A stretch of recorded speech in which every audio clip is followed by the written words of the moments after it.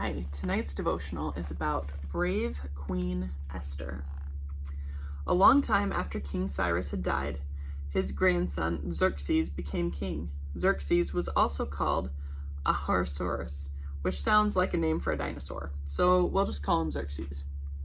Xerxes was not as good of king as Cyrus. He wasn't as smart or as wise as Cyrus, and he had a bad temper. Xerxes had a wife named Vashti, who was very beautiful. Xerxes wanted to show his beautiful wife off to his friends at a party one night, but Vashti wouldn't come out of her room. "Come out," Xerxes said. "No," Vashti told him. This made Xerxes very angry. So angry that he threw Queen Vashti out of his palace and said she wasn't his queen anymore. Yep, Xerxes had a bad temper, all right. Xerxes' friend said, "You need a new queen, an even better queen." Xerxes searched throughout the Persian Empire for the best queen of all, and Xerxes found Esther.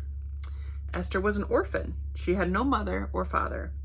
Esther lived with her cousin Mordecai, who worked for King Xerxes at his palace.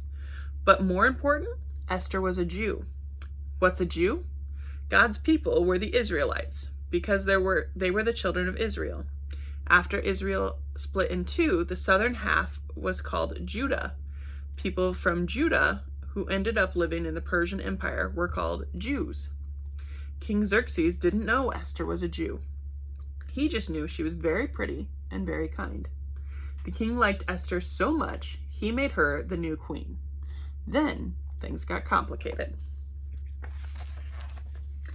King Xerxes had a friend named Haman, and Haman didn't like Jews at all.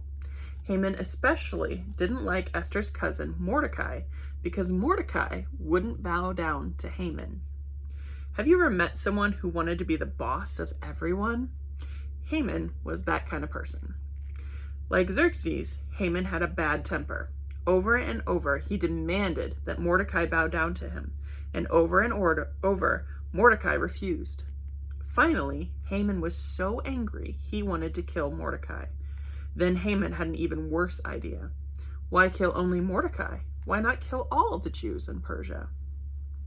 Haman lied and told King Xerxes that the Jews were troublemakers and that the Persian Empire would be better if there were no Jews. King Xerxes trusted Haman.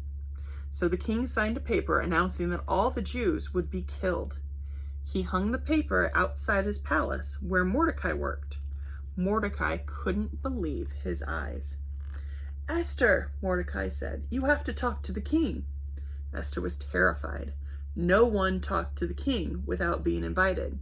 If you walked into the king's room without an invitation, you could be killed, even if you were the queen. But Mordecai said, "Esther, you can save your people. Maybe this is why you became queen." So Esther gathered her courage and walked into the king's room. She waited to see if the guards would grab her and kill her. But King Xerxes said, "Let her talk to me." Esther invited the king to a banquet, and at that banquet, she invited him to another one. By the second meal, Esther had gathered enough courage to tell the king about Haman's plan. "Someone is going to kill my whole family and me," she said. King Xerxes was angry. Who would try to kill his queen? Esther pointed to Haman. "Haman," she said. "Haman plans to kill all the Jews, and I am a Jew." King Xerxes was furious.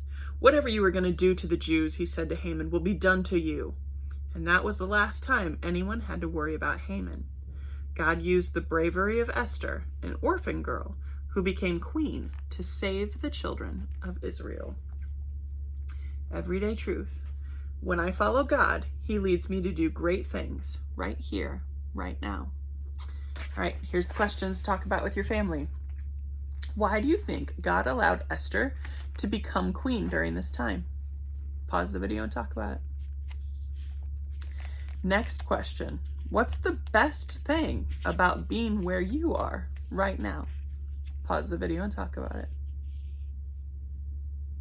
Would you pray with me? Dear God, we are honored to be part of your plan right now, right where we are. Show us ways we can serve you and serve others. Amen. All right, I'll see you tomorrow night for a bedtime story. Bye.